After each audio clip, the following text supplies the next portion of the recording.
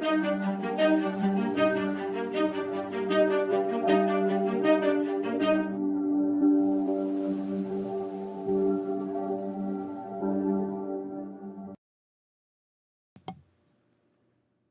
back to the CT Avis channel. I'm CT Avis, and these fellas are not the hunters yet, but they will be at one point in the coming future, near future. We are back tonight for more Call of Cthulhu as we roll on to part 3. Apparently this one's called Red Jake.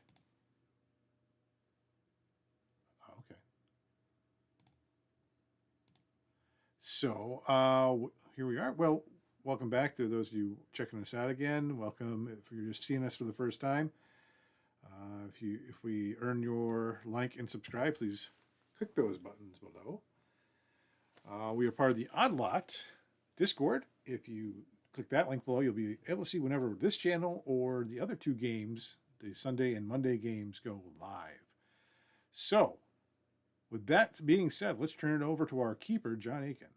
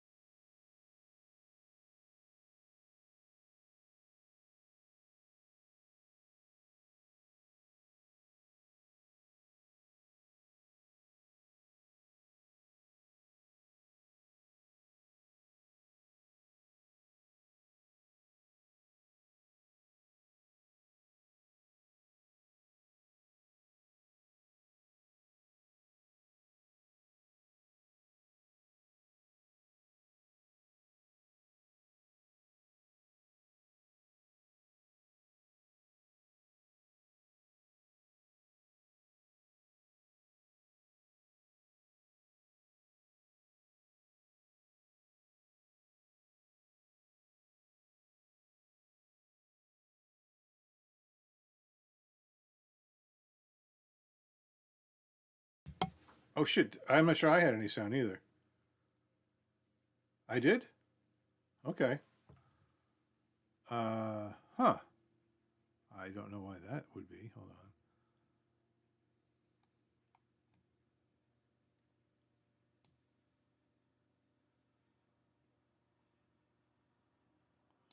The Marcel Marceau record.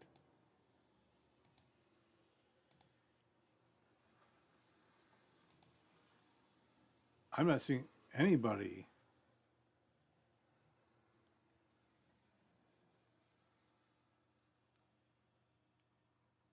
My thing's dead.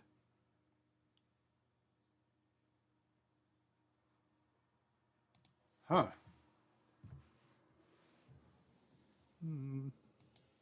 Properties.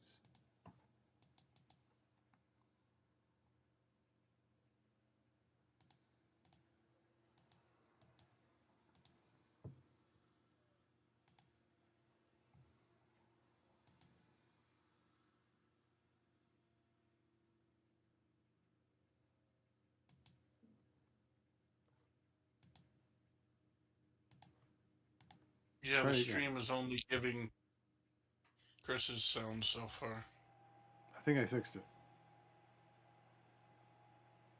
Check. Volume check. Voice check.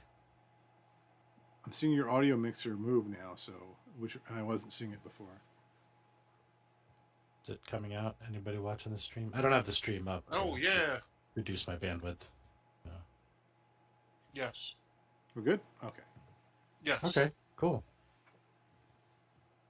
Should we start over? Sure. We didn't get very far anyway. Yeah. We'll take it from your top there.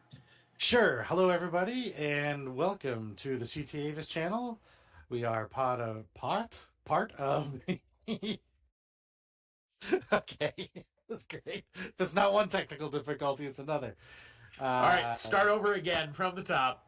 Tucker's we are We are in the Boston area, so it only stands to reason. Hey, we're part of the.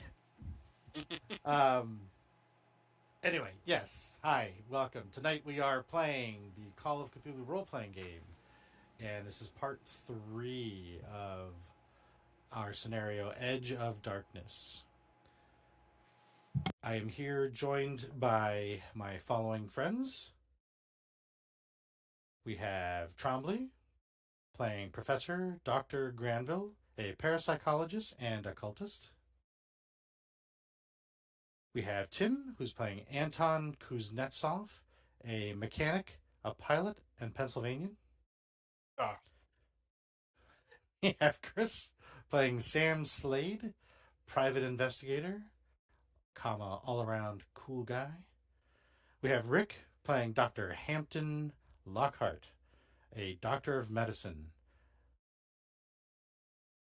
We have Rid, playing Larson Shane, our bootlegger and hookup for cool things when we're in the speakeasy. Holly, if you hear me. And not live currently, but should be joining us soon, will be Bob, who is playing Bartholomew Brick McAllister, a veteran of the Great War and giant So most of a of us man. Yeah, that's true. That's true. I guess I probably should have asked you guys ahead of time, but can anybody remember some of the details of what you've discovered so far? You don't need to go into too much detail, but so far Brick has made contact with his relative, Rupert Merriweather, who was in a kitchen. In a kitchen, really? At the hospital. Oh, that's not even close. At the St. Mary's Hospital, practically on his deathbed, who revealed to the group that he was a part of something called the Dark Brotherhood when he was in his youth, along with 5 other friends of his. He also revealed that they had released something foul and evil into the world, and that they currently have it contained. The other members of his friendship group, the Dark Brotherhood, have all passed away for one reason or another. 2 of which I believe passed away, or one of which passed away, and one of which went insane, I think, during the very first encounter with the thing that they unleashed, thinking that the thing they unleashed would be a djinn of some sort who would bring them either fortune or something positive. Does anybody else remember any of the other details or clues that you may have found so far, just off the top of your head? If not, that's okay. Anyone? Well, we have a Google Doc open with the case notes here. I just pasted a link in that for my fellow investigators. Let's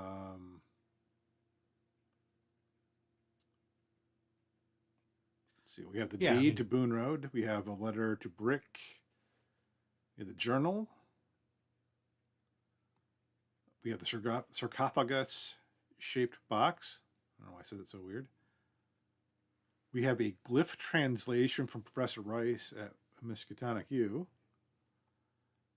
So we have Seeker of Wisdom, Servant of Uger, Deliverer of the People as the Water, Bearer of the Spirits, Na Lahothep, Child of Toth, Seeker of Wisdom, Clues. Anybody else want to jump in here? You feel free.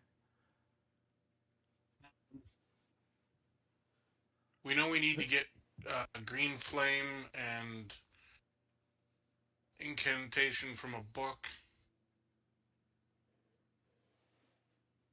Yeah, one of the original summoners believed that they could have reversed the summoning and forced the creature back to wherever it came from. And we theorized that we would need the book with the incantation and the other items.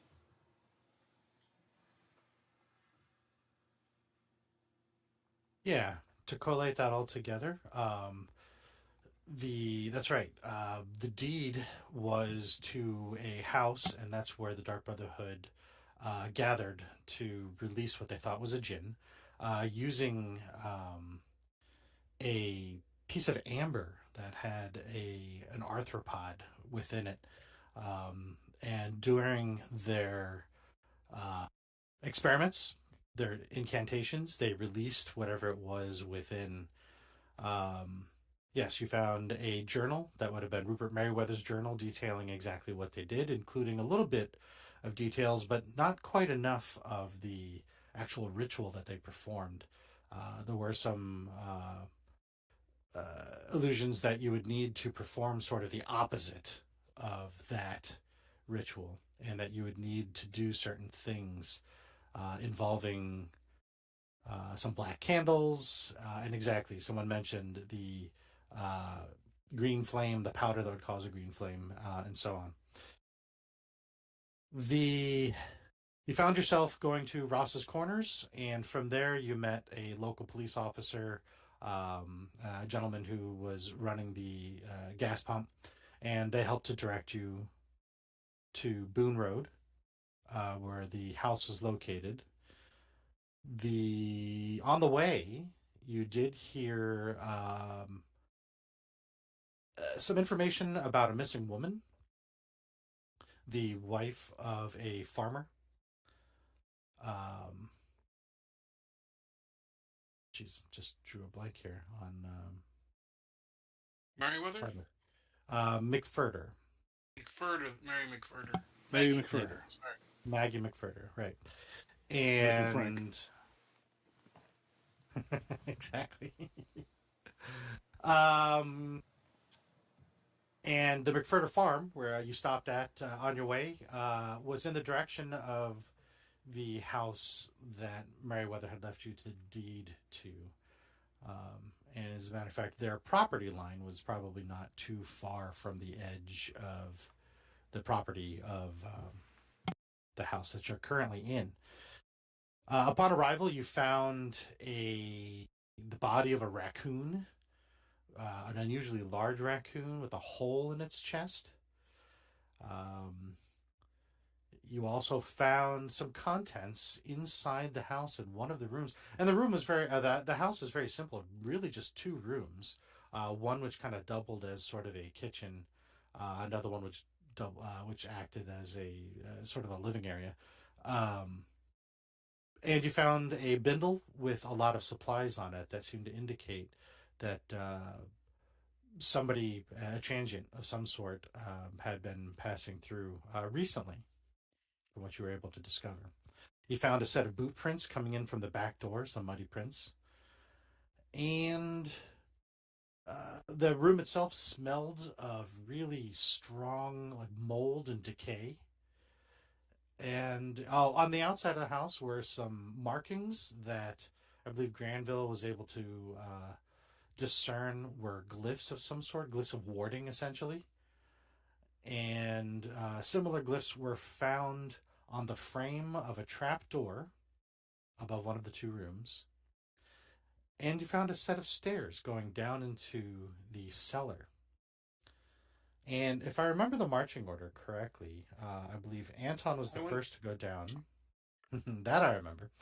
I don't remember the rest. I think Sam was holding up the rear, concerned about the injury to his arm. Brick was behind me, and then I think the doctor was closely behind Brick because that seemed like a smart place to be.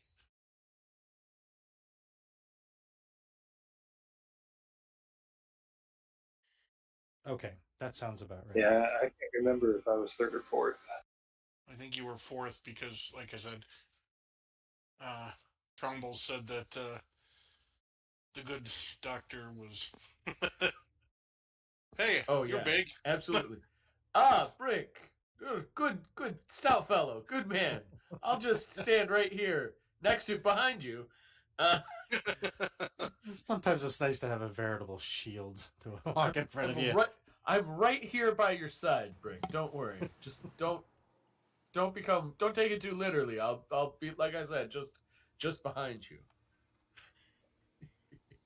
And then as you were walking down the set of stairs that felt uneasily unsafe, Anton reached the bottom of the dark cellar, dirt-floored cellar, and was immediately hit across the face with something.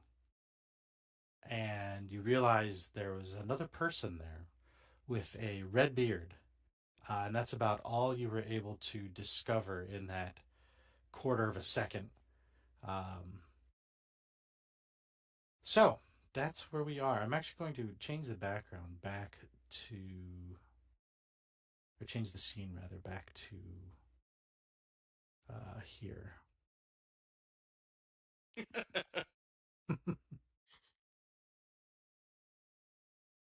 And I'm going to go ahead and put you into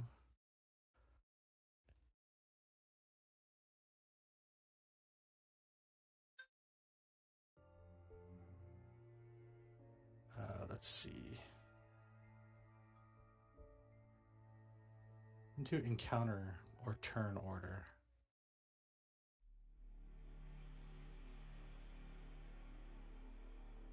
However, because of the marching order, with Anton being at the bottom and struck across the face, we will have to we'll resolve this with his action first, followed immediately by the rest in dexterity order. Let's see here. Let me check on something real quick. See, I think Anton gets first either way. Yeah, and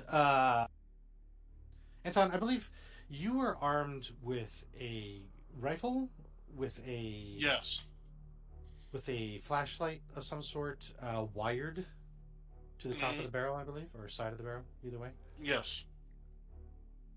Okay, you have just been stricken across the face by something hard.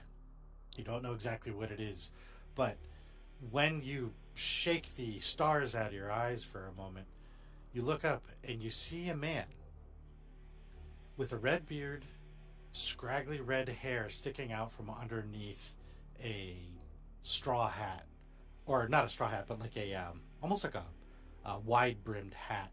He's wearing a red and white sort of gingham or checkered shirt, overalls. Everything about him looks disheveled from what you can see, but you can't take in too much more. You do see his eyes look like he is just tired, huge bags under his eyes. And they look just completely glazed over. Just looks angry, upset, crazed, if you will. And you see him reel back with his arm again. And now you can see what he's holding. It's obvious he's holding a piece of furniture leg, like a chair leg or a table leg of some sort of improvised weapon. Anton, what do you do?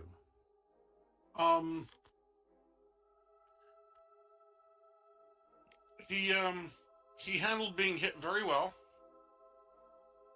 Yells out, "I said we're here to help you!"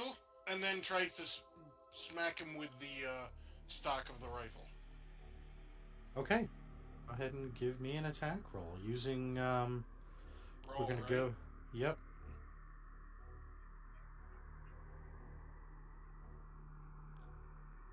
Okay, so the way fighting works is he's going to roll against it to fight back. So basically, you've hit the bottom. You guys are right next to each other, and if anything, toe to toe. So he needs to roll better if he's fighting back, and he does not. So go ahead and roll damage and tell me exactly what is happening here.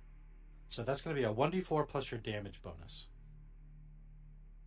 Your damage bonus will be listed on your character sheet, so it's probably like a 1d3 or something. Yeah, I'm just trying to pull it up.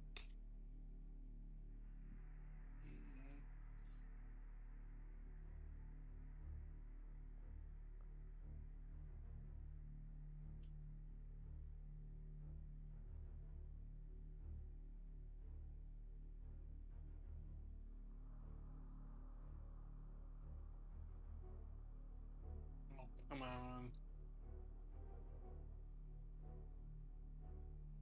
It's interesting. I see that they added the D2 as as a coin toss or coin flip, but Yeah. I don't see a D3, do they? I'm trying to figure out what my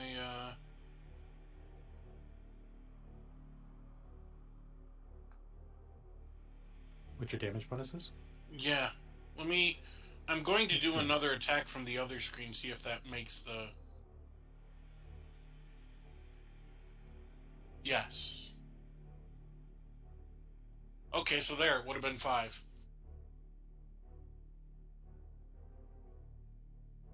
Okay.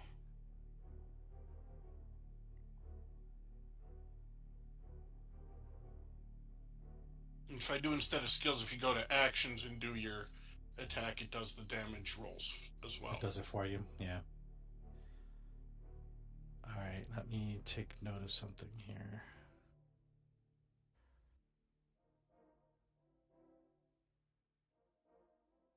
Well, that's not handy. Oh, there we go. All right. Yeah, you smack him good. You hit him with the butt of your rifle. You're able to turn it around just in time. And yeah, and I'm yelling back at him, "We're trying to help you!" And he shouts back, just like, get out of here! Leave me alone! It's gonna kill you all! Let's see. In turn order, Sam, you are next. However, you are behind or at the end. You can choose to basically Rick go last. can come in? Yeah. I think, right? Technically, I'll leave the technical part up to Chris, but yeah. Yep. No, never mind. Everything went sideways. Oh, that's too bad. So what can I do? You can choose to basically defer to go last. It's not like in D&D where you have to, explain like a trigger. You can basically choose to go lower on the turn order. I will try to make a charm check of some sort, or I don't know. Sure. Would that be fast talk or? Oh What do no, you there say? is charm. Sorry.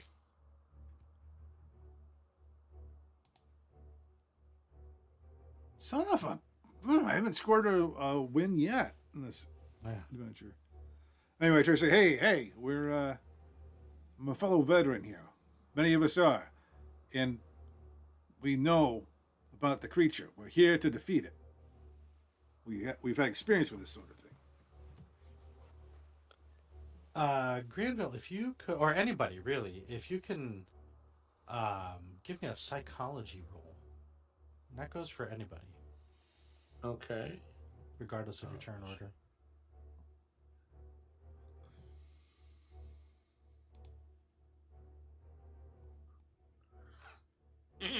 All right. Jesus. Hang on. You know what? Judging by my roll, I'm just Right. gonna spend the 5 luck on it.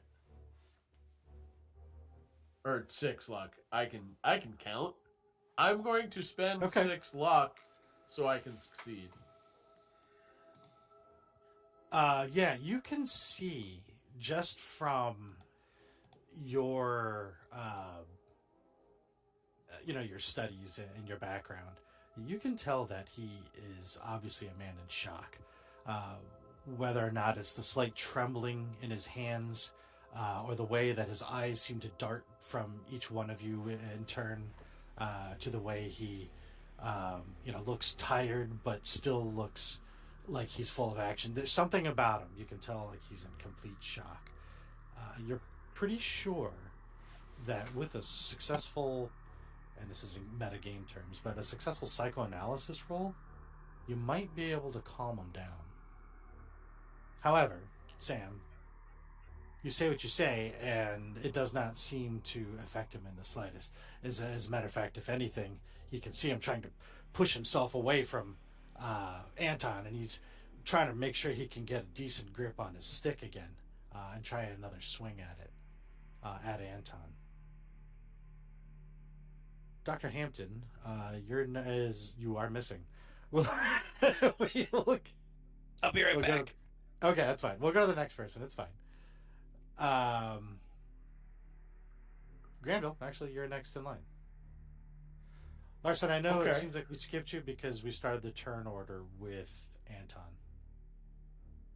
Also, I have my knife out, and I think that has a lower thing than guns or something.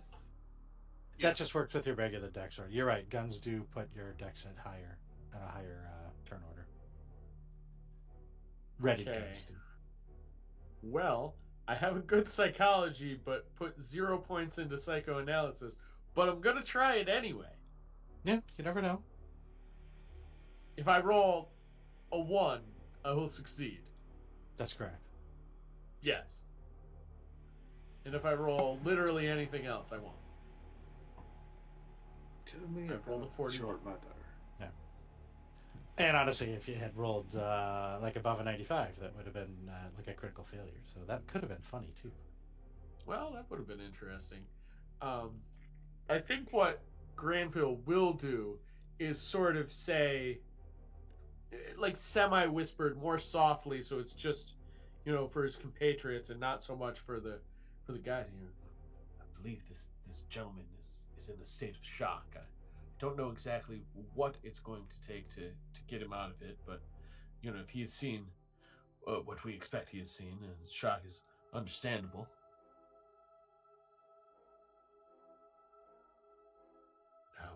We might be able to talk him down from his agitated state, and failing that, we might just have to restrain him. Dogpile him. If only we had a brick.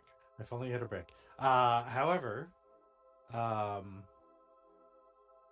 we'll go ahead and click on brick. And before we continue on at the pseudo top of the round with Shane, you do see him, and he tries to take another swing at you, Anton. Like he kind of, after taking a hit from the butt of your gun, gives a forearm to you, raises back his arm again, and tries to take another swing. How are you going to react?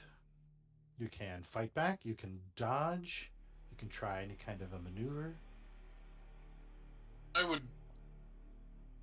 I think you would probably dodge, and I didn't mean to click that, but okay. Well, that's a good number. I'll count it if that's what you want to do. Yeah, I was going to say dodge and yell back at him. Okay, let's see how he does. Crushed it. Yeah, not only is that successful, that is literally an extreme success. So he reels back, tries to swing, and he goes in for a swing, and he misses. But exactly what is that like for you? How does that look? Anton, after he swung with the butt, he yelled, the guy yells at him, swings at him again, and Anton's, kind of ready for it at this point, just swings back and I said stop!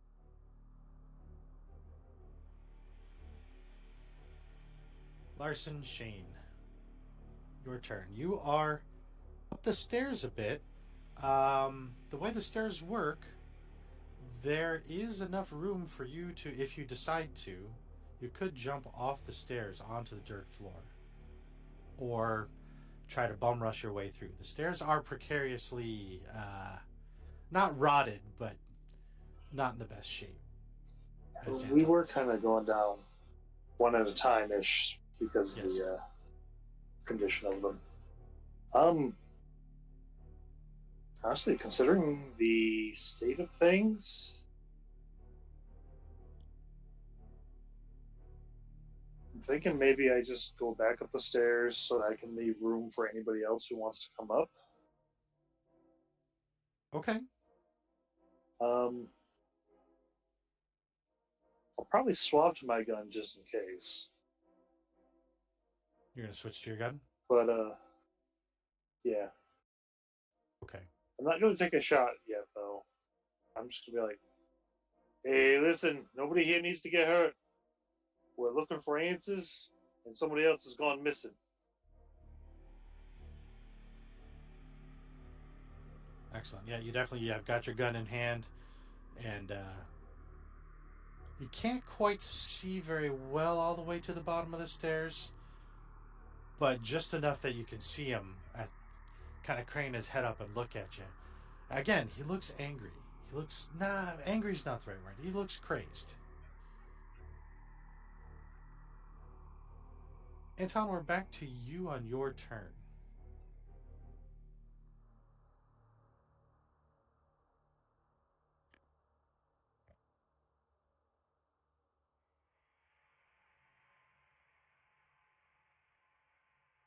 What would it be to try and what would the role be to try? Would it be charm to try and talk him down?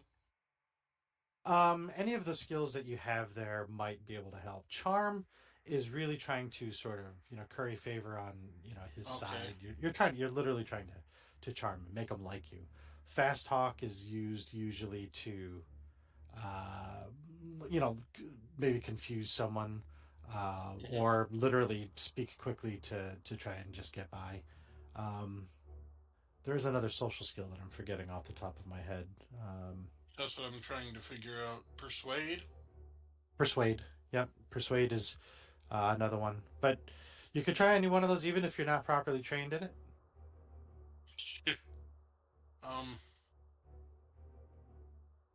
I'd say psychoanalysis, that of course does require training of some sort. Yeah, I got a 1 for that, so yeah. Yeah. Not certain, I think. The highest I have is probably going to actually be intimidate. Okay. So And that it's one all you're 15. gonna. So intimidate is exactly what that sounds like. Yeah. So he's gonna actually, Anton's just gonna, holding the gun with the flashlight, so it's like shining in his eyes. Anton is gonna just start yelling at him. We know there's something upstairs. We know what happened. Shut up! Stop hitting me! Oh my God. I'm Spin luck, spending spin the luck. luck. Yeah, you gotta. Yeah, that's impressive. Yeah, you see him. Like all of a sudden he doesn't drop it, but he puts his arm down, and he doesn't let go of the improvised weapon that he's holding, but he does put it down, and you can see him kind of trying to shield the light from his eyes, and maybe even try to like swing or bat away the tip of your gun away from him.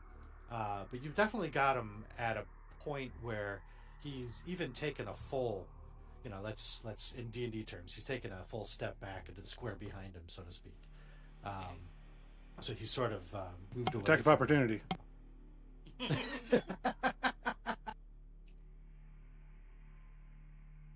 And he's dead. No. Yeah.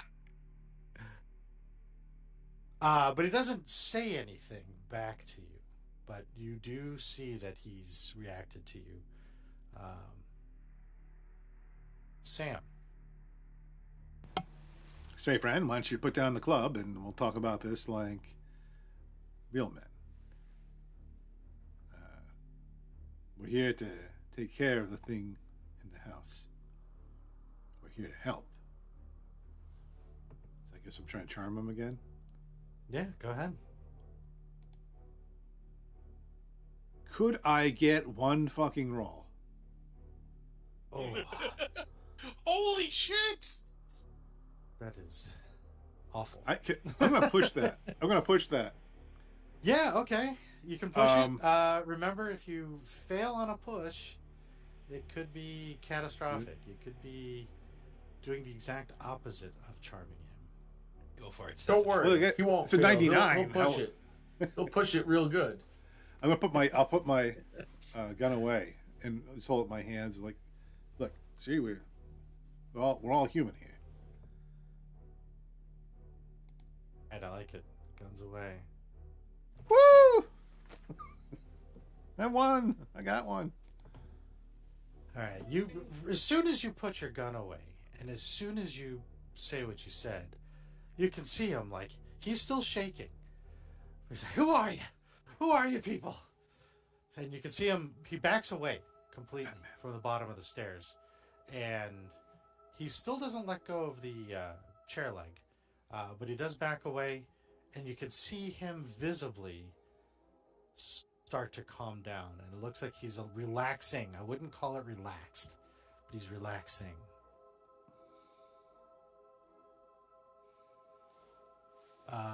Dr. Lockhart.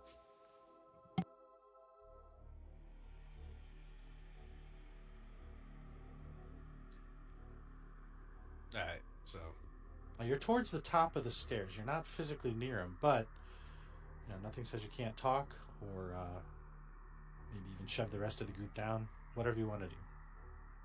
let's say I've got how many in front of me? Let's see, Anton. Well, pretty much everybody. Yeah, everybody except for Sam. Yeah, Oh, actually, and Larson's behind you now. that's right. I'm gonna walk down. Like, just take a step or two, just to get a little bit closer, but not too close, and just kind of talk to him. I don't want to say a little psychology, but just a little, just, sir. My name is Dr. Lockhart, and looking at you right now, I feel like you've seen a thing or two. Something that's got you a wee bit rattled. You want to talk about it? What's got you so incensed at this? That you come out swinging. You can give me a psychology roll unless you've got something else you'd like to try or to roll against.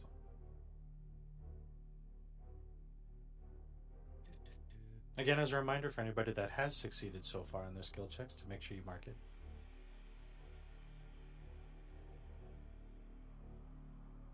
Yeah, and I'm gonna go with the psychology.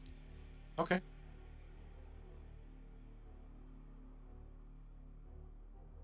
Oofa, not even close. Maybe because he's just sort of rattled already, but he doesn't even seem to register that you even said anything. Doesn't even hear you. Doesn't respond. Nothing. But you do start to hear him sort of muttering to himself. He's like, "People here, they're gonna give away my position."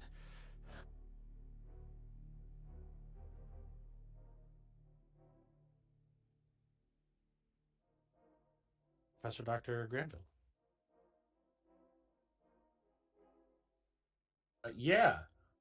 Granville will say to him, "Just easy there, young man. Don't worry. None of us here would give away your position. You're among friends here. Why don't you just set down that table leg?" And I'd like to try to persuade him. Okay. But we're all calm, sensible, reasonable people here. Fuck.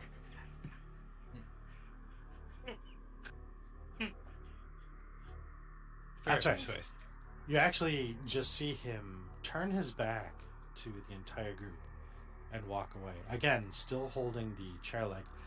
And at this point, you can see that there is a lamp deeper into the basement that's burning very low. So low that you really couldn't see it at all from where you were. Like, it's almost out. Okay. And you see him start to make his way over to the lamp. I believe. Yeah, just as a reminder, under handouts there is a map of the basement. It should be named basement. At this point, I think we are out of combat. Despite the inability to really get him to talk, you have been able to get him to not attack, which I think is a win. And you see him walk again towards the far side of the basement, away from the stairs, where there seems to be a number of like disheveled shelves, and that's where that lantern is. And you can see him walking towards that.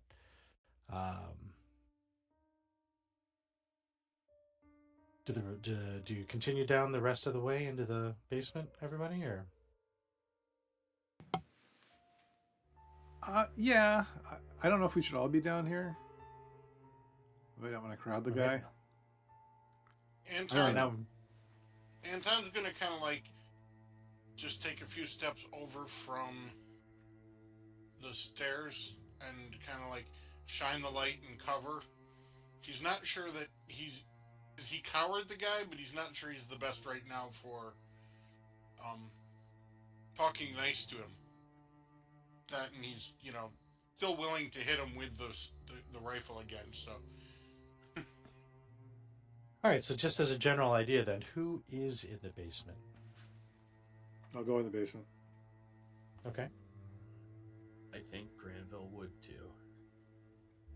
I'll keep watch up top, I think, just in case anything weird goes on. Hampton? Gun drawn, actually, for real this time. Yeah, I'll stay upstairs as well, but I'd remind everybody it's just like quiet seems to be pretty important to this guy, so we'll keep it low. Keep the volumes low. You do see there is some light that filters through the cracks in the floorboards above you. Not enough to clearly see by. So whatever lanterns and flashlights that you have are going to be necessary down here.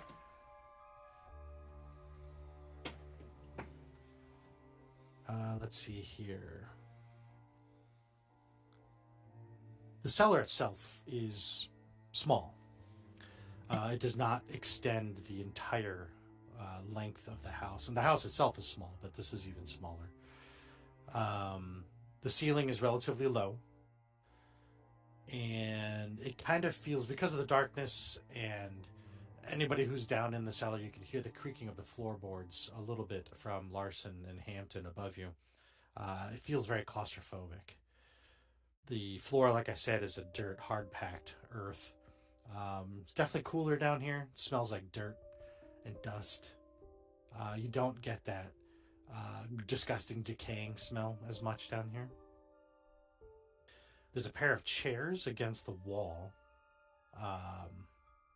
at the base of the steps. So as you walk in, before you walk all the way forward to the far wall there, you see a pair of chairs. There's a table on its side with a missing leg. Seems to match exactly what is in this gentleman's hand. There are shelves lining one wall. And that's what you can see from your vantage point for everybody in the basement. Say, friend, my name's Sam. Do you have a name? And I take out my flask and I unscrew it, take a sip, and I hold it out to him. And you can see him sort of walking a little bit in a circle, and he kind of takes his free hand and sort of rubs the spot where Anton hit him with the butt of his rifle. And he seems even calmer now, but he's restless enough that he's walking around. You do get his attention with that flask, and he reaches out for it with sort of a shaky hand. And he says, "The name's Jake. My friends used to call me Red Jake, on account of my red beard, you see, and my red hair. But, thanks. If you don't mind, I'll take a little swig." Please. He does. He takes it from you. The little swig is more than just a little swig. It's probably a good half of your flask, because it's one of those, like, sip. He kind of locks eyes with you, and then just sip, sip, sip, and then hands it back. Man, I've never seen anybody like Metamucil like that before. Listen, I'm thirsty. I ain't had anything really to drink since last night. Why don't you, can you tell us what's been going on here? Why don't you fellas tell me what you're doing here? I got here first. That's fine. You know, if you're looking for a place to stay, I might know some folks, you know, from the army that could help us out with you finding a, you know, a less haunted place to live, maybe. Haunted ain't the half of it. The other two that are in the basement, what are you two doing? Again, there's the row of shelves with stuff on them, and you can't really quite see on the wall behind the stairs too well from where you are.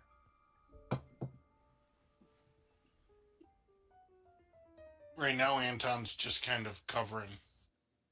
He's not exactly as trustful right now, or just still pissed at getting blindsided. Yeah, You still got your gun out, I assume? it's kind of like lowered at his side, but it's still. He's kind of got the two of them. Like I said, he's kind of now back a little bit more across the room from them, but he kind of got them illuminated. Okay. With the flashlight. Granville, how about yourself? I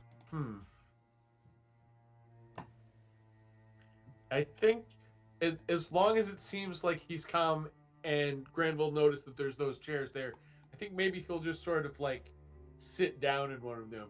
Again, try and keep this relaxed mood going.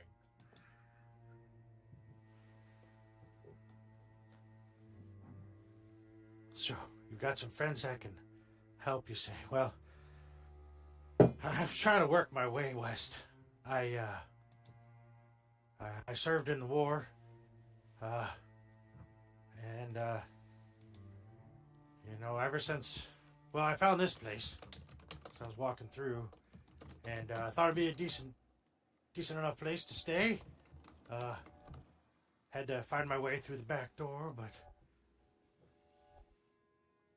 last night there was this awful noise, and I couldn't tell exactly what it was. And I ended up trying to run, and whatever the sound was following me. I ran over towards the barn in the back.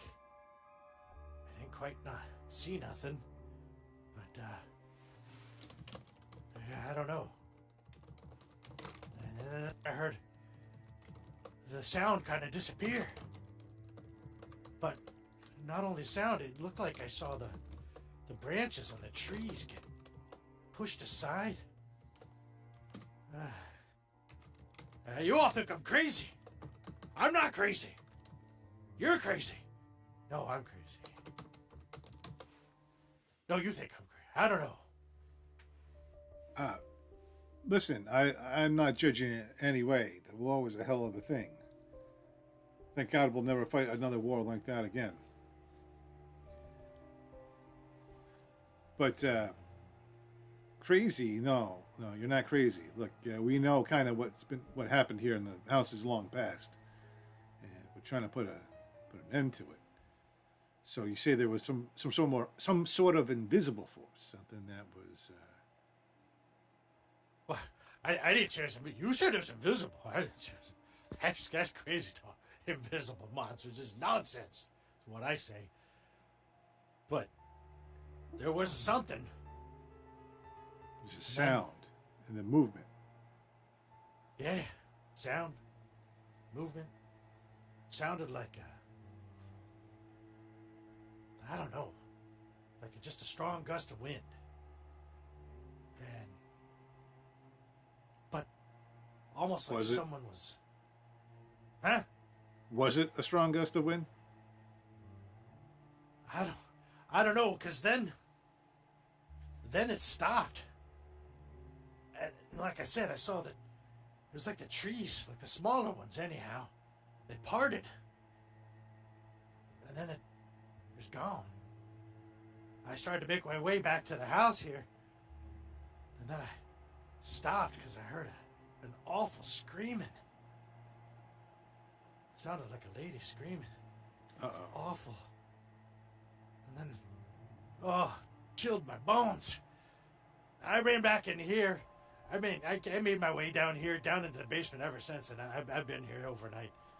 I've been over there by the corner, just hunkered down. Been trying to figure out a time to make my way out of here. But it's night now?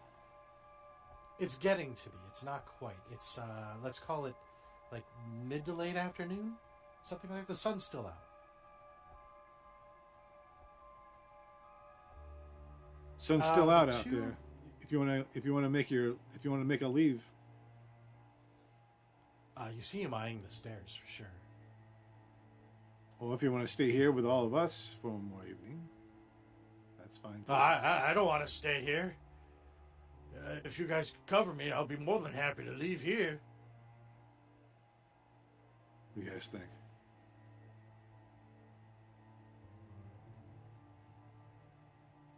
I don't mind he go.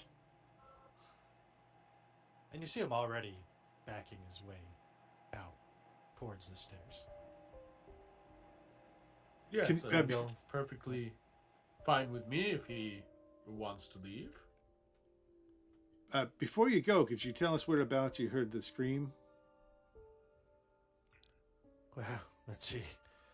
I was out by the barn. No, I can't really say. I don't know. Did you kill Didn't the come raccoon? from the house. Killed it. What now? Did you kill the raccoon? Oh, ain't seen no raccoons here. I would have eaten one. Raccoons ain't bad eating. Except for the rabies. No, all I ate so far before I went outside last night was a can of beans. And if you remember, there was a can of Heinz beans. Heinz? Campbell's? Some kind of canned beans. Upstairs, in the room where the bindle was.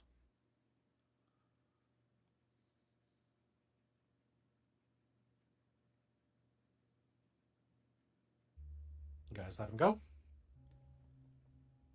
I'm going to go up with him and kind of watch how he goes, just to kind of get a sense of his movements. And I don't know, is he walking casual or guilty or? Give me a psychology check. Oh, that's not going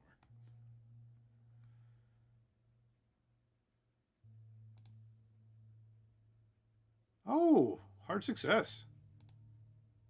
He looks nervous, but he's looking at you, and he looks over at Granville sitting in the chair as he's backing towards the stairs.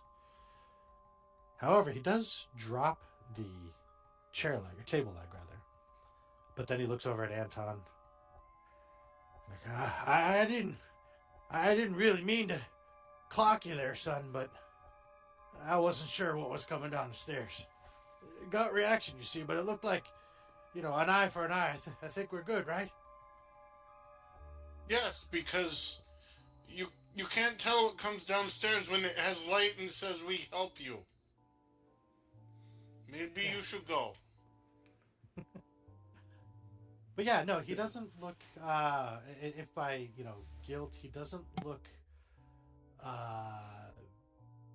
like he's up to no good. He doesn't look like he's doing anything sly. It still looks like he's shooken up, is all, really.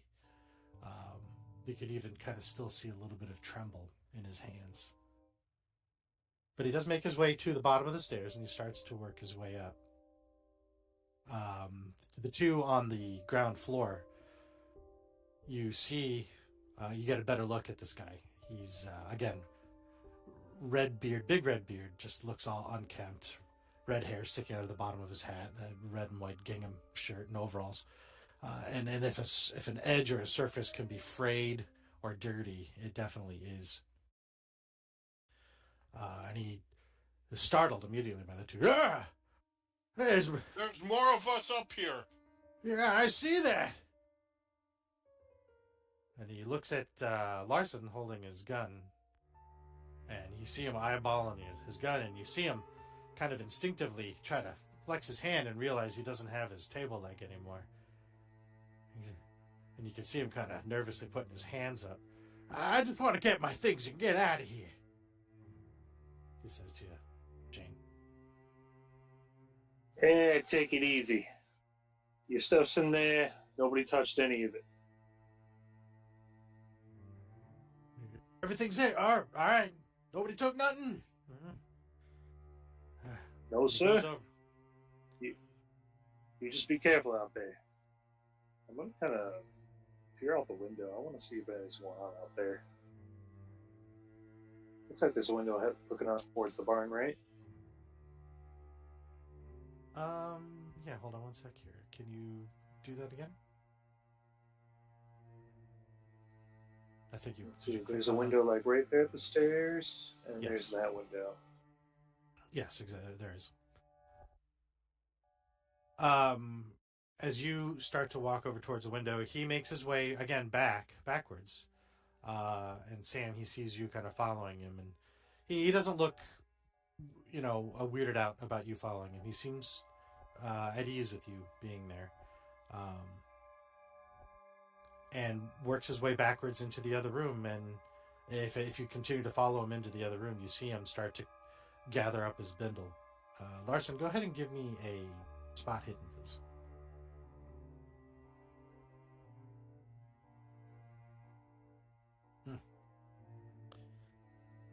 You look out the window. Keeping in theme with my usual.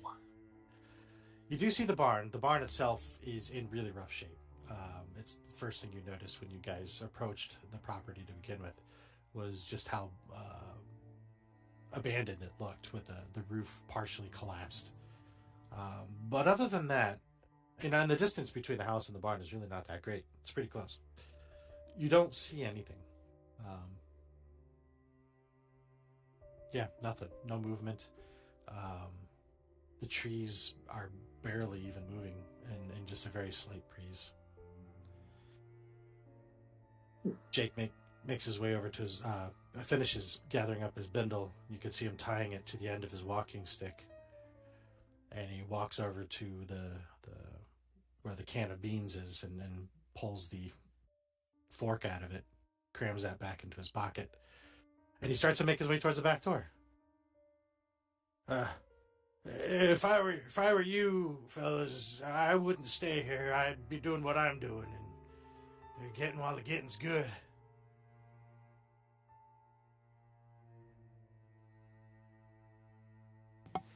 Well, I wish it were that easy, but somebody's got to try to deal with these sorts of things.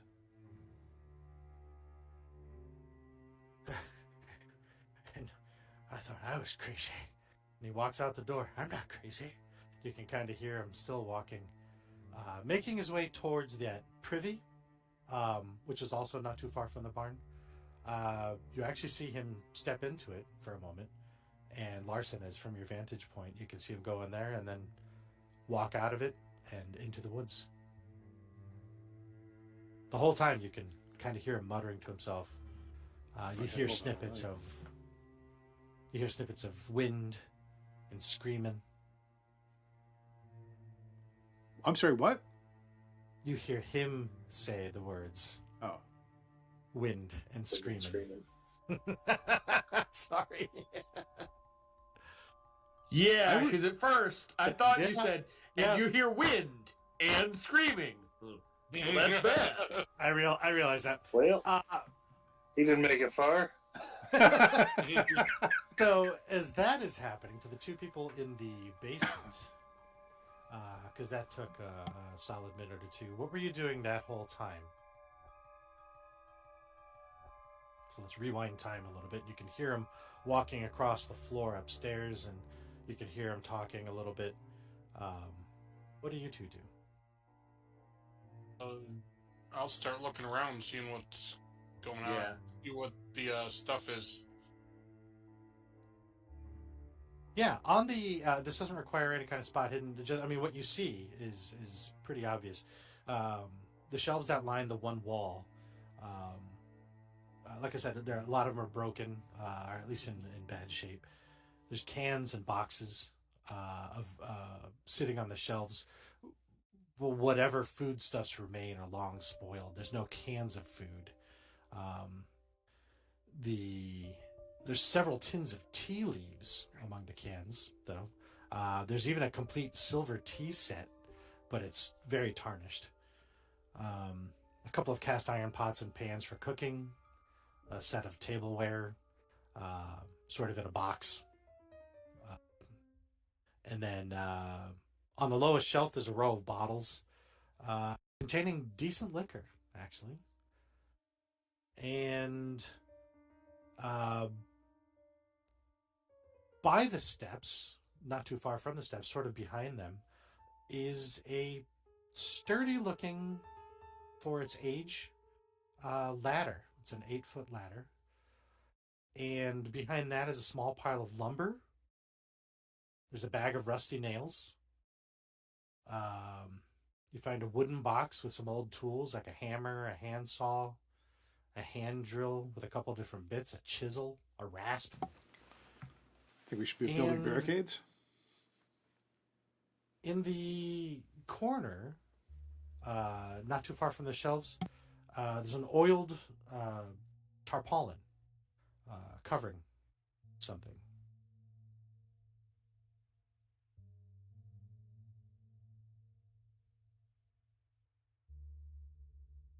That's what you find. There's a lot of stuff down there.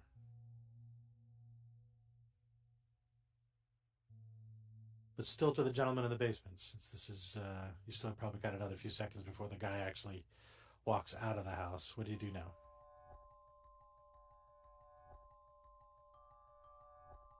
I would imagine at this point grab the alcohol and the tarpaulin. Important things, clearly. You drag the tarpaulin off of the whatever it's on top of, and you see an expensive-looking travel trunk, like a steamer trunk. There are leather straps that are fastened with some latches, and that's what you see under the tarpaulin. And you have, go ahead and, whatever kind of liquor you think might be there or that you would like. Vodka. Yes, there's some of that. Well, actually, I was thinking more along the lines of soak the tarp, although unless it's like a waterproof tarpaulin, because, you know... It has been oiled, so it is likely waterproof. Water resistant, we'll say, in this day and age. Yeah. I'm just thinking of ways to make big fires if need be. No, there is the lumber that is behind the stairs that in the back of your head you realize, well, that can catch on fire at least. Mm-hmm. Yeah. I was thinking along the lines of Molotov cocktail, but, you know. There's probably enough random bits of cloth and like rags and stuff on the shelves that I'm sure you could find a way to turn those into Molotovs if you needed to. Before you do that, let me refill my flask. Yeah, absolutely. I feel like Sam and Grandpa are like, yeah, Anton starts talking about making Molotov cocktails. I'm like, you're gonna do what with that? No, you can't use that one for that. That's the wrong kind of cocktail. It's a 12-year-old scotch. You know, just like. I was gonna say, is there any proper whiskey in there? Yeah, sure. As a matter of fact, out of all of them, there's probably one very good bottle of whiskey, brand of your choice. Nice. That's coming with me. I really feel Granville. like all that lumber and tools and nails down there for boarding up the windows and stuff. Go ahead. Yeah, Granville, what would you like to do while he's looking around and coming up with minor explosives? I want to take a look at that trunk. Sure. I mean, it's easy enough to open. You don't have to search for traps or anything. Or do you? Yeah. It's easy enough to open if you'd like to go ahead and... Yeah. Granville will we'll open it up cautiously and say, "Oh well, let's see what we have here." The very first thing you see when you open it is the underside of the lid of the trunk are more sigils that match a lot of what you saw on the outside of the house and on that framework, on the frame rather, around the trapdoor to the attic. There is some black cloth filling up the entire space of the trunk, and on top of that is a handwritten letter. Let's see here.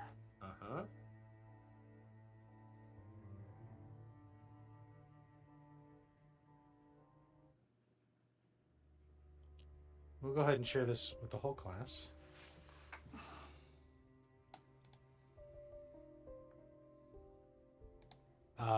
But Granville, if you don't mind, Yeah. if you could read this Let aloud. me just get this at an appropriate level of zoom so I can read it. Okay. Yeah. Gentlemen, I've found here a letter. It is dated the 23rd of March, 1877. I don't know why I'm putting this down on paper. It's probably a bad idea, but I feel the need to leave some kind of explanation for my actions and intent. When I took the sarcophagus from my uncle, I did not think it would be missed. I expected to be able to research it and return it later. I was such a fool. Despite believing in the powers we tried to summon, I grossly misunderstood the consequences. Now Robert is dead, and Harold a madman. I'm going back to the farmhouse to organize our things. I dread stepping foot again in that place, but I must make sure that our materials will be available again when we need them.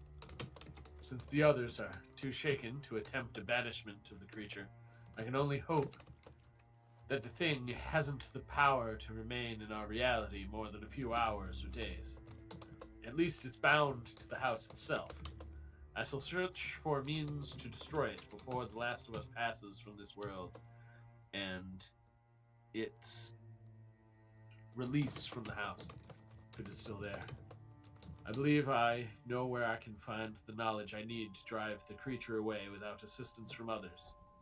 I hear tales of mystics in New Orleans that know much of the true magics of the world. I am leaving the gold box in Rupert's care. I told him not to sell it or have it appraised by anyone, but did not tell him why. He also seemed puzzled by my insistence not to live in Boston, but I believe he trusts my judgment not to go into danger unwittingly. My uncle does not know about our dark brotherhood, so Rupert and the others will be safe from anyone looking for it. I'll be back to put things right again. Marion Allen. And there's a postscript here at the bottom. I write this before I close the lid on the trunk. The thing is still in the attic of the house. It seemed to recognize me and spoke foul curses at me. I will carve protective wards on the trunk to prevent any tampering with its contents, just in case. And by the time you finish reading that letter is when Red Jake has finally made his way out of the privy and out and away. At this point, before we go any further with the trunk, what is everybody else doing?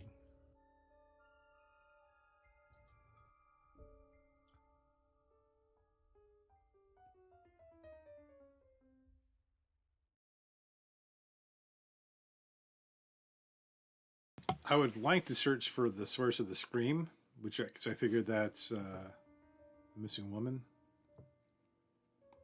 Okay.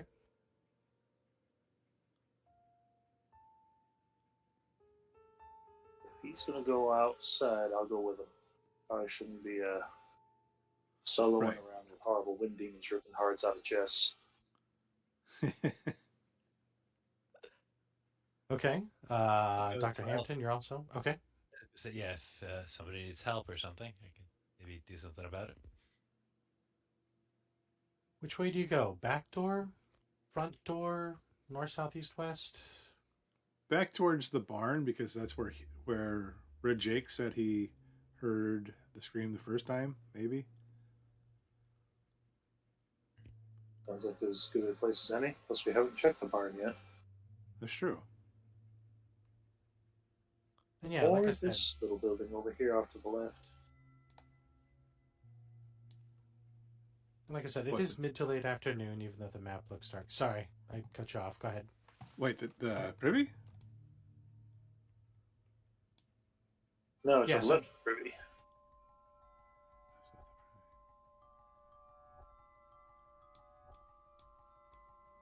Can you click? Oh wait, no, that is the privy. Never Yeah. mind. I thought That's this was the privy. privy. It is a little wagon. Right. And you can see the remains of like a lean-to directly next to the barn. That's where initially, just before you guys walked in the house, I believe Slade took a look and there was some soggy wood underneath it. Let's see.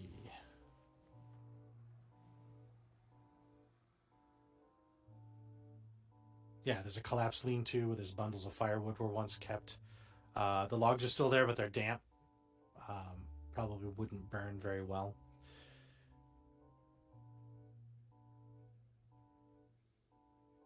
Are you going into the barn? Are you going around the barn? There's a big entrance. It's a very simple barn with a sort of big main double-doored entrance right in the front that faces the house. Yeah, I think so. Quick peek inside just in case. You gotta rule that out. You gotta rule out the easy one first.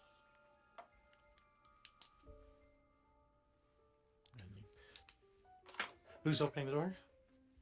I will. Okay. Got my flashlight and gun ready. Enthusiasm.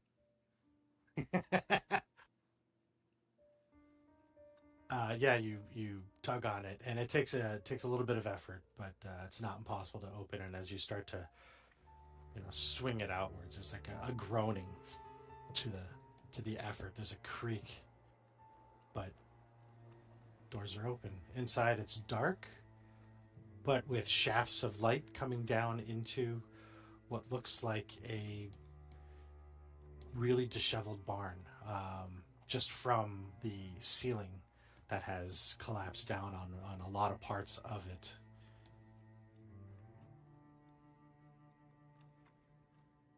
All three of you going inside? I don't know. Yep. It doesn't seem like a safe place, like structurally. It doesn't. I mean, your instincts are valid. It does not look like a safe place to be walking about. I don't think If it's you've ever wise. We got enough danger here without trying to get ourselves into collapsing barn.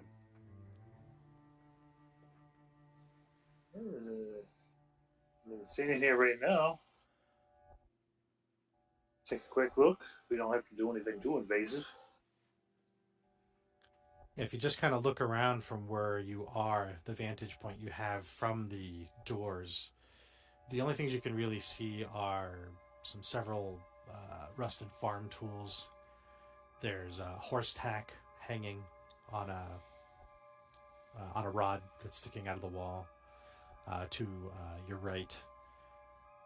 There's really nothing else you can see from where you are. Who else is with us? It Sam. is Larson, Sam, and Hampton. Ham, what do you think? Yeah, it's to say, structurally speaking, I'm not a big fan of.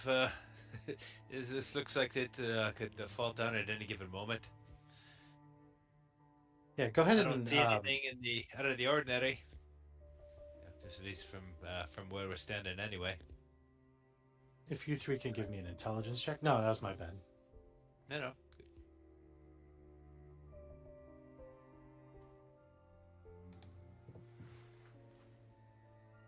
Uh, Yeah, all three of you Shane, you especially, you realize if you do decide to search in here, not only do you feel like you're going to be risking unnecessary injury, at least that's the way Dr. Hampton, that's the way your brain was hearing it, unnecessary injury. You realize that as Sam was opening the door, the effort that you had to give to open it made it feel like it hadn't been opened in a very long time. Definitely not in the last 24 hours.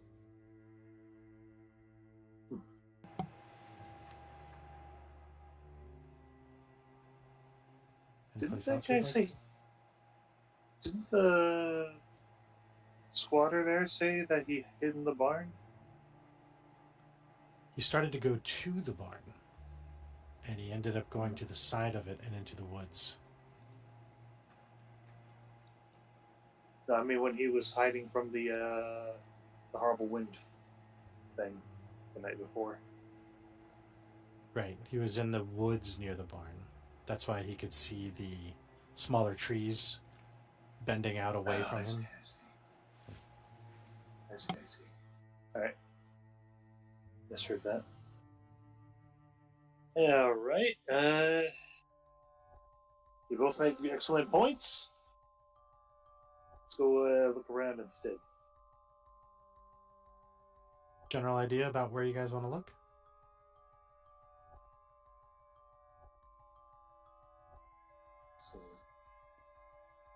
Muted. Look for prints. Maybe other than the obvious boot prints left by Red Jake.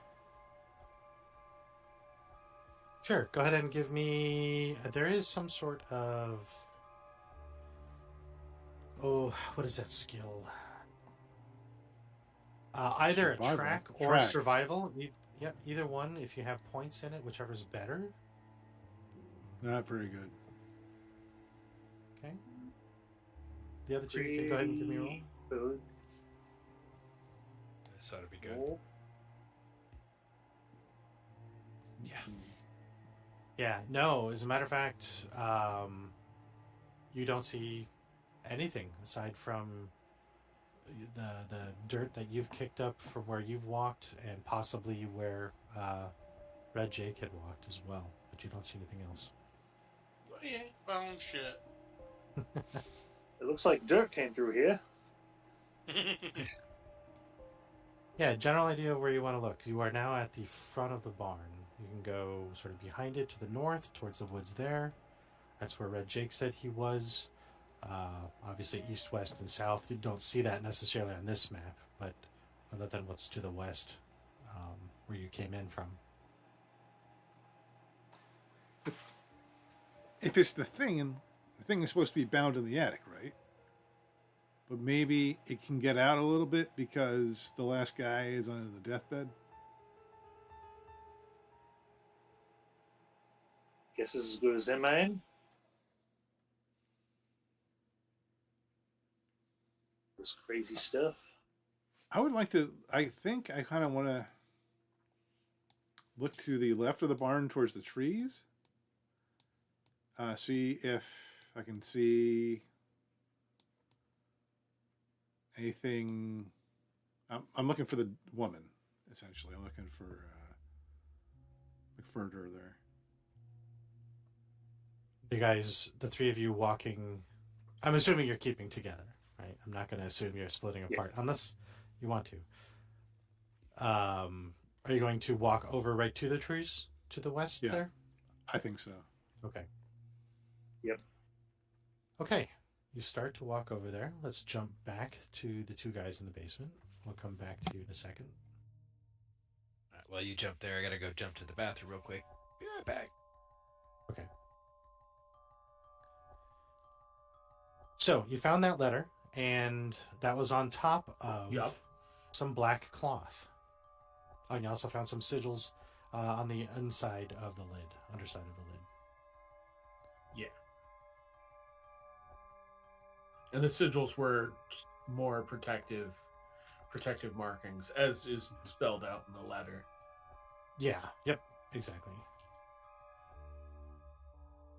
Well, if Marion thought that the contents of this trunk were worth protecting. They must be something important. And I'll peel back the black cloth. Yeah, there's actually quite a bit of it. And as you pull up on the first one, it looks like an article of clothing. Do you hold it up, pull it out completely? Yeah. Yeah, it's obviously a black robe with a hood.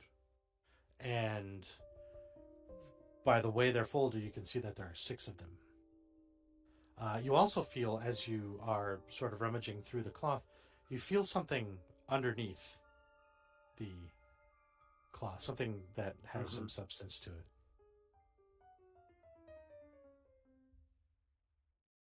Oh, look, they have See if I can. uniforms. I know, how interesting. Very colorful. Quite.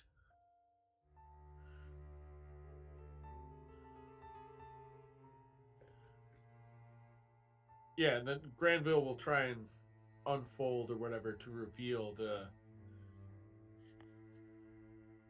Said there was something of substance in there. Yeah, underneath all the robes, you see a cigar box. Dating back to, it's a brand of cigars that date back to the 1870s, just something that you recognized. Not sealed by anything, easily opened. Do you open it? Sure. Inside of it is a small metal canister. There's also a smaller wooden box that has like a sliding lid on the top. And underneath the cigar box are a sheaf of papers, yellowed papers. I think Granville would probably look at the papers first before opening the small boxes. The papers are all handwritten notes, all dated from 1877. They match the handwriting of the letter you just looked at, and you recognize that as being Marion Allen's handwriting. Let's see. There are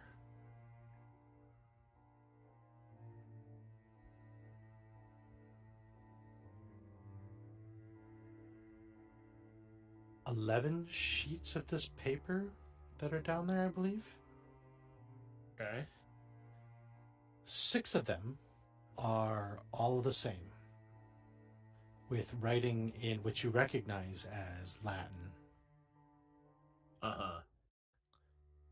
There's another sheet that, let's see here.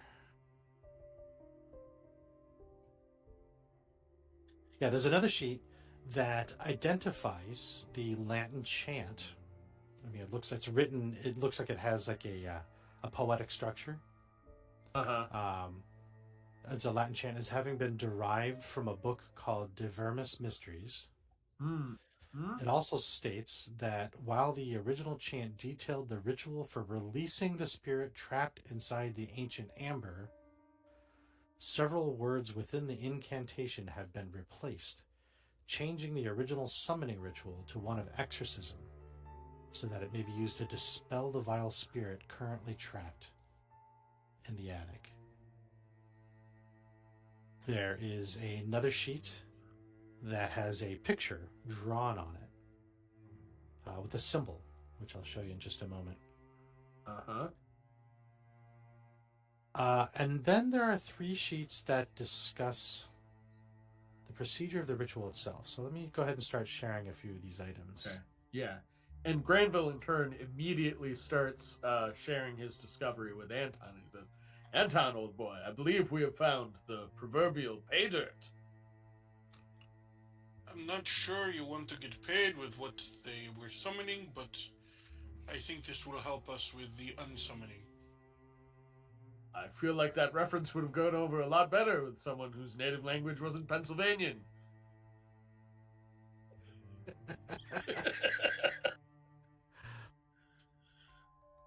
All right, for now, I am only sharing these with Anton and Morgan.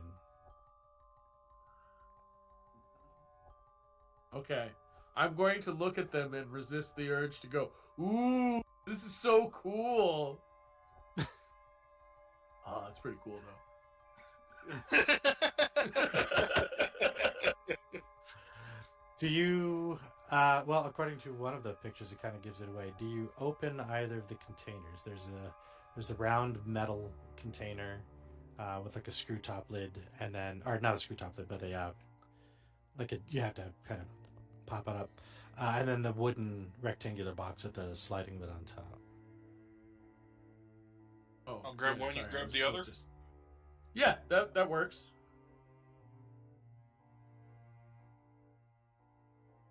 Within the smaller metal canister, you find a coarse brownish powder. And inside the wooden box with the sliding lid, you find a silvery... It's really funny because I think the picture has it backwards, but whatever. A silvery talcum powder-like substance. Regardless of whether or not you have the skill, if you have like a science, chemistry, or a pharmacy roll, if not, you can maybe have one of the other players help you with that. I took a science skill, but I think I took physics. So I just picked something that sounded like it might lead into like weird tangents of the study. Yeah, science, physics. That's science astronomy, and like just a couple points in it.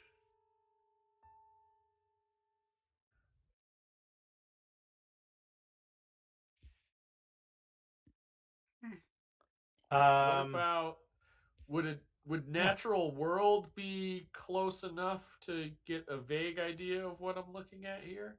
Sure. All right. I don't think I put any points into it, but I mean it's there. It's a skill. It could happen. Or not.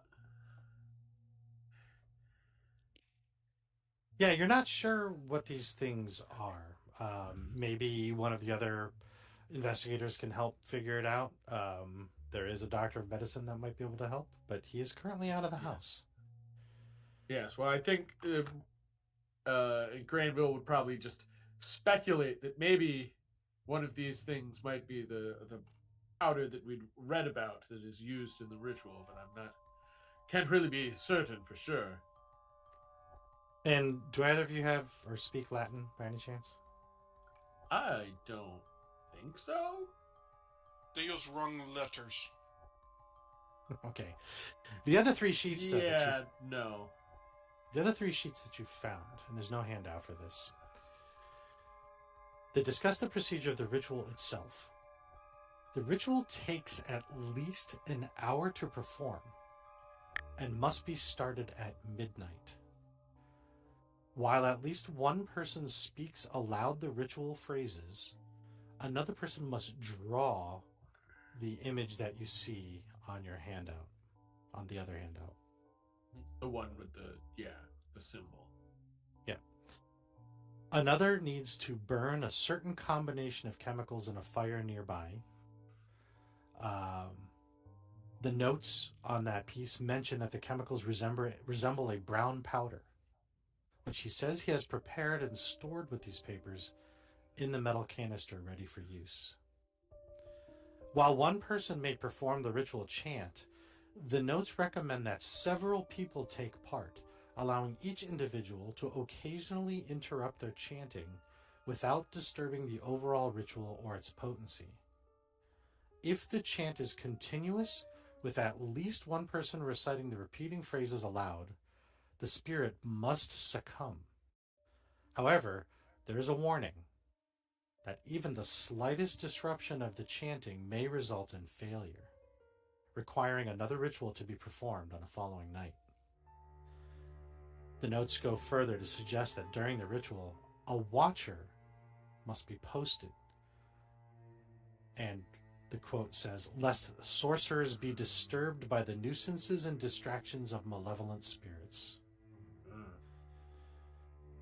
So these sheets confirm that a 2-hour ritual using the chant provided, begun at midnight, can drive off unwanted spirits.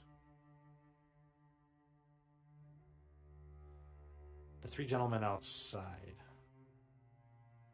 You are at the edge of the woods to the west of the barn. Go ahead and roll me a spot hidden, please.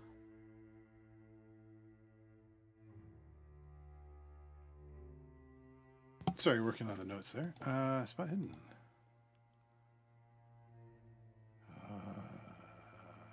How did you guys do? I did very exactly the number. Okay, I missed it. Does it matter if at least one of us gets it? Yeah, one success is good. Okay. Larson, you in fact find a piece of fabric that is stuck or torn off, that is kind of stuck on a branch that's sticking through it. The fabric itself has what looks like a piece of a floral pattern. Uh-oh. I believe her shirt was floral. Fellas, I got a piece of fabric here. Got some kind of floral print on it. If I remember right, the lady that went missing was wearing something floral. Yep, that's Is about there right. anything like that on it? Now, you also know that if you were to continue further into these woods to the west, you're just going to, and you can even see it from where you are, you're going to walk out towards that large tree that was hit by lightning some years ago, the blackened tree that was used as a landmark to find the property. And then beyond that is the road. So there's not much more you can sort of investigate in this part of the woods.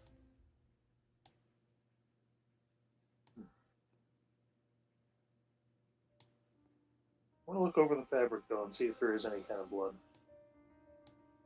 There's no blood, but it does not look like, a nice cut. It certainly wasn't cut out with a pair of scissors or a knife or something. It was obviously caught on a branch. Yeah, and torn off. As a matter of fact, if you guys want to each try another survival or tracking roll again, that would be fine. Here we go. Hey, success.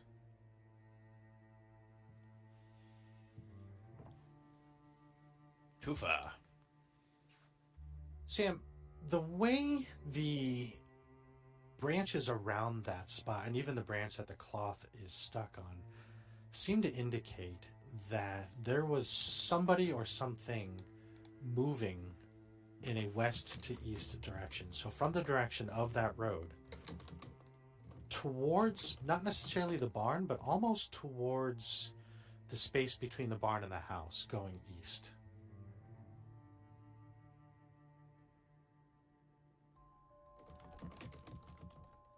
Going towards the barn? Between the barn and the house, from your best guess. So that area that you walked between to go from the back door to the barn's front door, aimed at that exact path. If I can. So sort of in that direction. The direction you came from, essentially. Huh. Maybe she got As turned it- into a raccoon after she was dead. Maybe she was a were-raccoon. You would think as if I'd say someone... crazy. Sorry, Larson, go ahead. I call you crazy. But with some of the stuff that we've been seeing, now you're still crazy.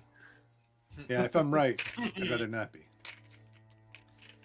Yeah, you think in your best estimate that someone was moving, basically ran through the woods from the road through this portion of the woods, didn't even take the effort to go around the bend where the drive it's not really a drive, but the path, went through the woods, ran, or at least moved very quickly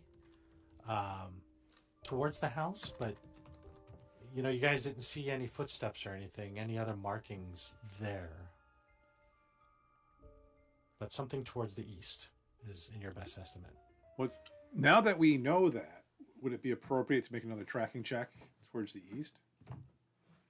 Yeah, if you can. Because we If blew you it guys want to go once. back I to. don't want to be cheesy. No. If you want to work your way towards the east part. All right. Yep, makes sense. Yeah, so I'll assume that it takes a little bit of time for Granville to go through the paperwork while Anton is looking at Ba, ba, ba, ba. more bottles. Again, as a reminder, you can use luck. You can push your roll.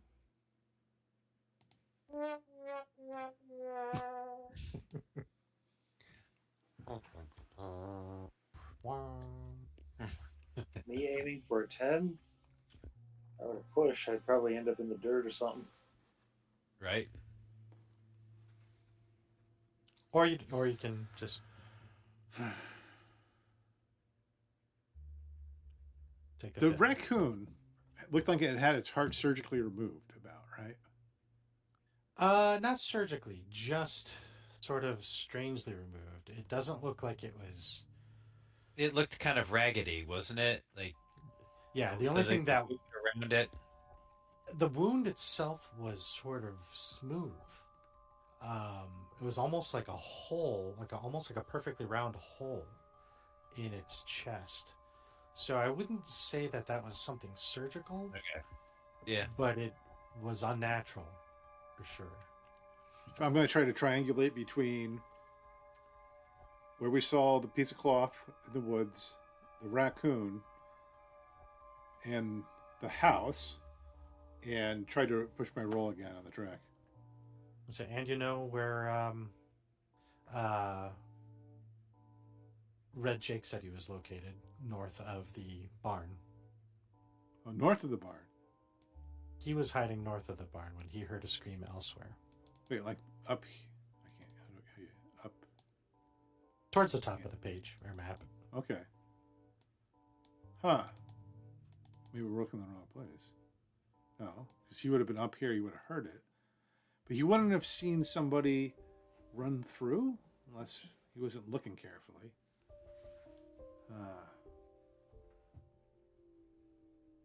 Well, if you remember from his description, he said he was running into the woods towards or away from the sound he heard. But then when the sound started to change, he turned around and saw that the trees were bowing away from him. So he was going north, but then by your best estimate from his description, the trees would have bent away back again to the south. So towards the house again, sort of. I can't click. I don't know what's going on. Yeah, I think you gotta hold. You have to hold. I don't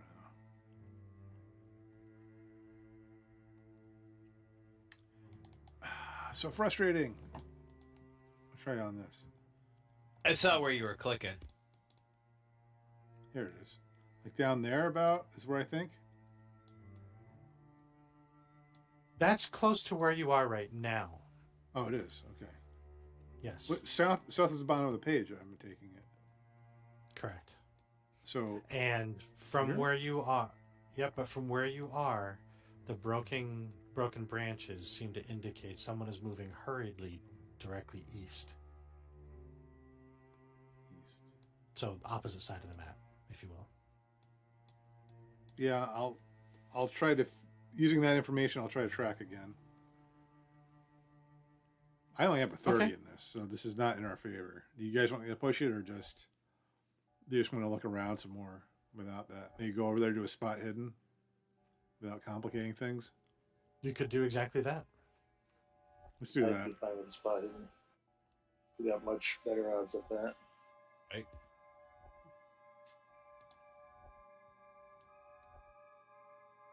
Success. Fine. And a hard success. Oh, 99. Larson, the ground, not the sky. She wasn't flying. Yeah, but you said it was a wind thing, right? The wind's up there. It's Mary Poppins. We're looking for Mary Poppins. I'm Mary Poppins, y'all. All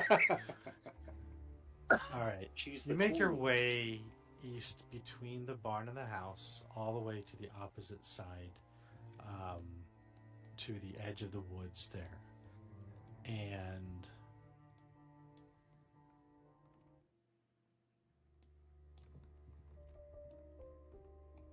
within the trees, slumped up against it, one of the trees, Charlie? is the body of a middle-aged woman. She's wearing sort of like work pants, like linen pants, and a long floral patterned shirt. She is slumped against the tree, but at an odd angle because you're looking at her back.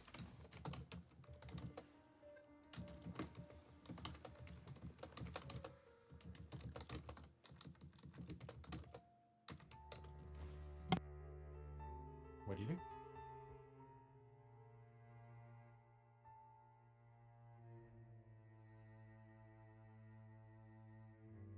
Well, logically, we should not touch the body and call the police. We don't have a phone, and probably what killed her.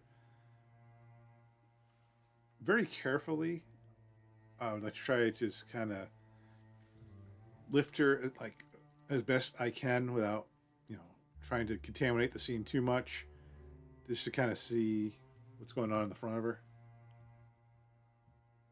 So you kind of roll her over onto her back? Maybe I use a sturdy branch and just kind of leverage her up a little bit, like so she kind of turns up like this, so I can see a little bit more of the front of her, just to figure out first whether I want to move the body more than that. I'm just giggling because in my head I just heard the phrase "poke her with a stick." Or poke it with a stick. Poke the ghost. Yeah, sure. No, you can do that. And as you do, she just has this ghastly look on her face. Her clothes are blood-soaked, still wet, and she has a large hole in her chest. If the three of you could please roll sanity for me.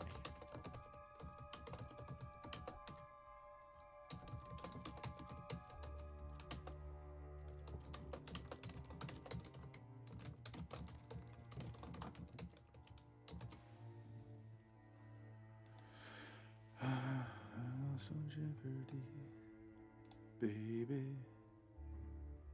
Oh, can I spend luck on that? You can't spend luck on a sanity roll. So, Larson and Hampton, you each lose 1 point of sanity. And Chris, if you could roll 1d4. I don't want to roll 1d4.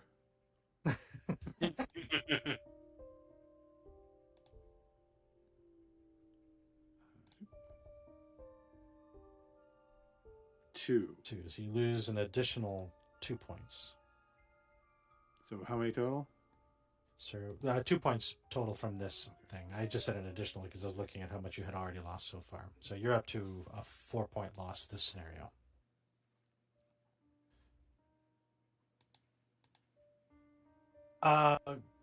Slate, you are immediately shaken. You are shook. Not stirred.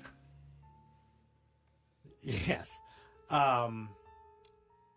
Something that I keep forgetting to do, and I remembered between sessions. When you lose your sanity, you immediately have an involuntary reaction. You do something based on your own description, if you'd like, that is something you didn't anticipate doing out of either fear or uneasiness or something out of just having your nerves broken. What do you do? much unlike what I wanted to do, which was not disturb the body very much at all. I sort of I take the stick and I just kind of fling her, and I jump back and I'm reaching like for my pistol. Yeah, as much as you wish you had tried to keep the site undisturbed. Oh, it's disturbed. So am I. And so are you now. Right. The Ooh, whole, you immediately, all of you. The whole you immediately all recognize, especially you, Dr. Hampton, Dr. Lockhart, you immediately recognize it as looking disconcertingly similar to the one that you found on the raccoon. Her rib cage has been torn apart. And Rick, if you could roll first aid or medicine real quick for me.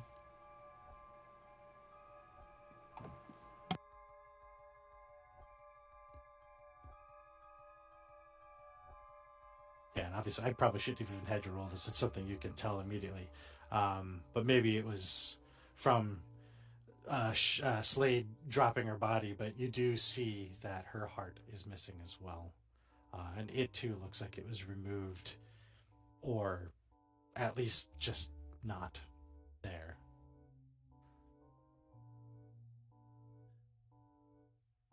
From your vantage point, can the three of you do a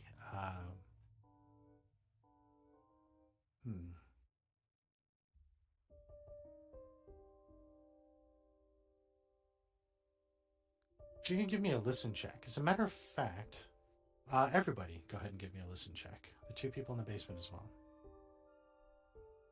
That's scary.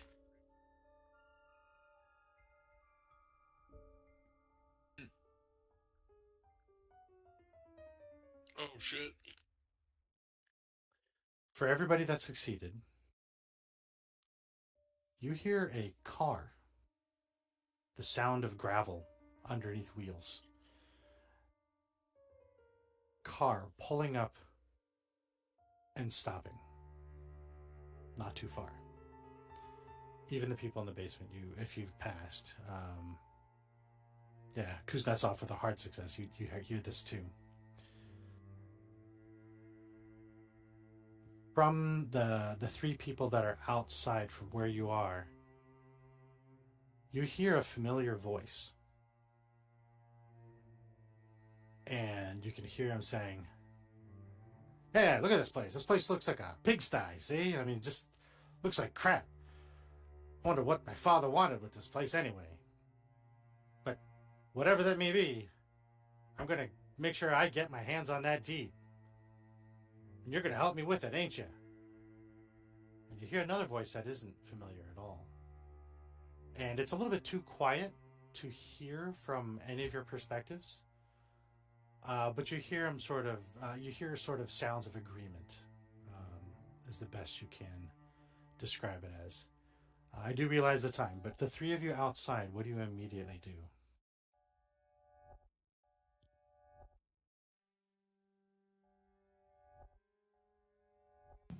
Should we skedaddle back over to the house? Yeah. Doc, why don't you? Oh. No, you were right before. You just muted. Damn it. Doc, why don't you go in the house, and we'll come in behind them if kind of give them a scare if they come in all strong arm and stuff. We're both armed. Well, I got this as well. Pull out my 45. But yeah, I can do that. Just go warn the others that there's somebody coming. That it's Rupert. I'm sure Brick will spring into action. With the correction for the story's sake, Rupert was the father. Oh. You know that the voice is Bertram, his son. Bertram, yeah. Bertrand, okay.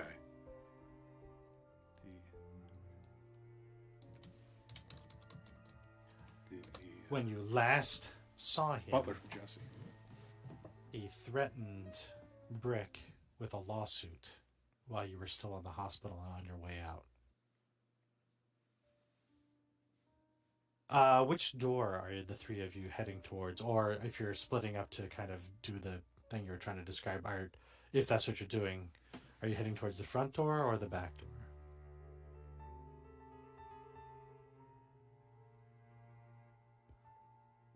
Doctor I think strikes it'd me as the be, back door, man. Yeah. Back door. Back door, all three of you? Or whatever door is not going to give us away, having come in from outside or something like that. Without having to roll anything, you hear the footsteps crunching on the gravel heading towards the front door. Back door it is. We'll keep an eye on the doctor, make sure he gets in the back door correctly, without being intercepted. And then Larson and I will kind of maybe come up behind those two, kind of give them a little fright. Well, they are coming from the drive, so you're kind of walking. If this is the house, and you guys are coming from, say, this direction, the sounds are coming from this direction. If this is the front door, with Hampton coming in this way. Yeah, now that may be backwards because of the camera. I'm not sure, because east and west may be reversed. I can never tell. But I mean, we'll wait. My idea is we'll wait until they get to the door, and then come in after them, or so they won't come in from behind. Yeah. Okay, how about all three of you go ahead and give me a stealth check?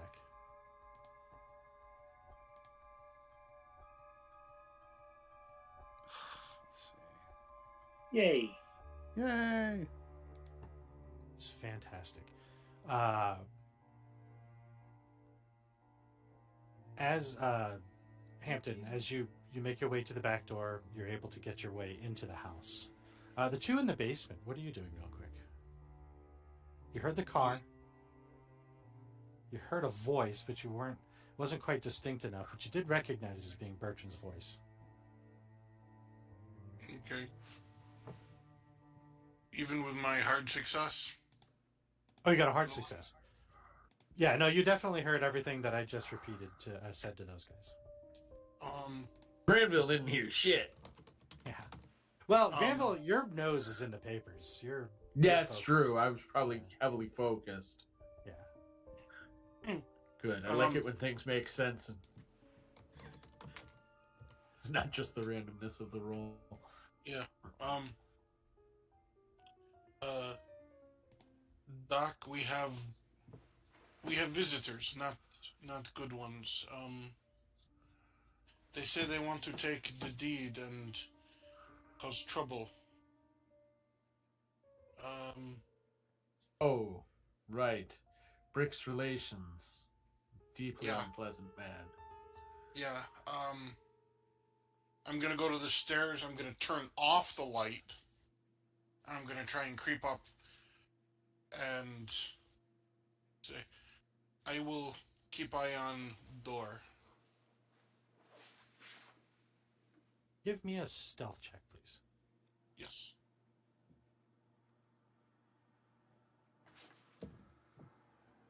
There's so much skill in that. All right. So here's what's happening. Lockhart, you're able to make your way to the back door and successfully walk into the house quietly. You are now standing in that room, that back room.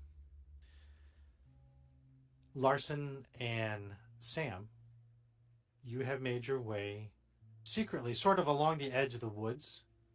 And from your vantage point, you can see Bertram and a really thin, wiry-looking fella with a very nicely looking pressed suit, white collared shirt, nice black hat, real thin mustache. Just looks really well kept with small spectacles, but a thin, wiry looking guy carrying a briefcase with him, walking a couple steps behind Bertram. And you're in a vantage point now where you can, they obviously don't see you. You can jump out, you can wait to see what happens. But before you tell me what you do, Granville, you're told by Anton about visitors, Anton, you start to make your way up the stairs as carefully as you possibly can. When one of the stairs, the nail sort of pops, makes this awful loud sound, and Bertram goes, "Did you hear that? What was that?" And they start to hot-foot it towards the front door. We'll pause there until next time, Gadget. Thank you to anybody who's watching this. We all appreciate your love and support. Be sure to follow us. Chris will tell you exactly how. But I want to thank all my players for, again, indulging me in being the keeper of arcane lore for this session of Call of Cthulhu. But obviously we'll have at least one more session of this, of Edge of Darkness. Chris, back over to you. Yes, if you would like to stay in touch, obviously you can like and subscribe down below, as is the case on YouTube. If you would like to be in contact when our other YouTube channel, the Oddblat channel, goes live on Sundays and Mondays, please click the link to join the Discord below, and you will get those Discord messages. We will be back here next Wednesday with more Call of Cthulhu. This Sunday, I don't believe there'll be a game, as we're down 2 peoples. Monday, we should be back with more Fortune's Fools, as the players now have their own sailing ship, and they've pulled into the port, the city full of monsters. Not like, monsters waiting to kill us necessarily, but like it's a city full of monsters. So we'll see how that plays out. But like I said, we'll be back here next Wednesday with more Call of Cthulhu, and we'll see you then. Catch you down the road, everybody. Goodbye.